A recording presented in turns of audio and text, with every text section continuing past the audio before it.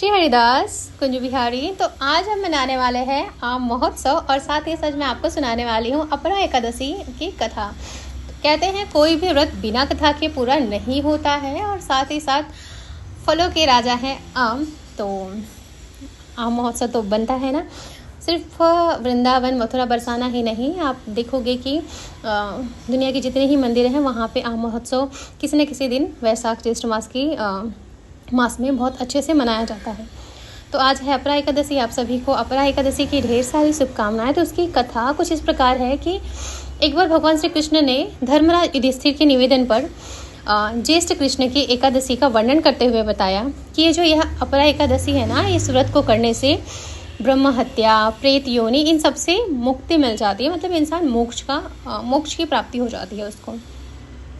कथा इस प्रकार है कि एक नगर में महिध्वज नाम के राजा थे और उनके छोटे भाई का नाम था व्रजध्वज, जो बहुत ही पापी प्रवृत्ति के थे और वो हमेशा ही अधर्म करते रहते थे।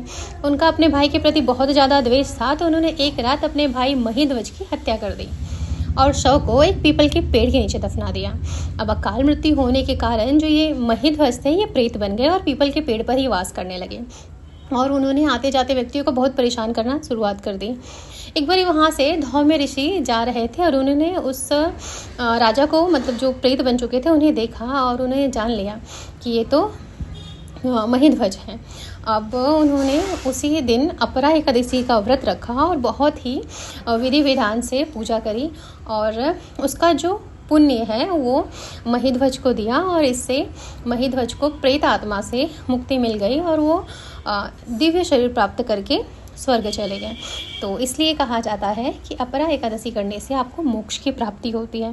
सिर्फ अपरा एकादशी ही नहीं, साल के 12 महीने में जितनी ही एकादशियाँ पड़ती हैं सबका अलग अलग वे में अलग ही महत्व है और कहते हैं सारे व्रतों में सबसे बड़ी व्रत एकादशी होती है।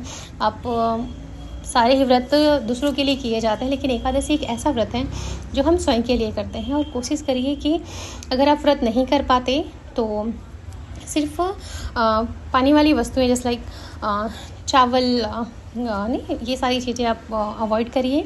बाकी इस प्रकार हमारी कथा समाप्त हुई और हमने लाला को, जैसे हम उपवास है वैसे हमने लाला को भी उपवास कराया है।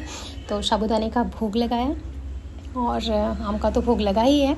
और ये हमारी मॉर्निंग सेवा है कि हम सुबह उठ के सबसे पहले मतलब स्नान वगैरह करके लाला को स्नान करवाते हैं, उन्हें पंचामृत का भोग लगाते हैं और फिर सेवा देते हैं और ये हमारा रोज़ का होता है।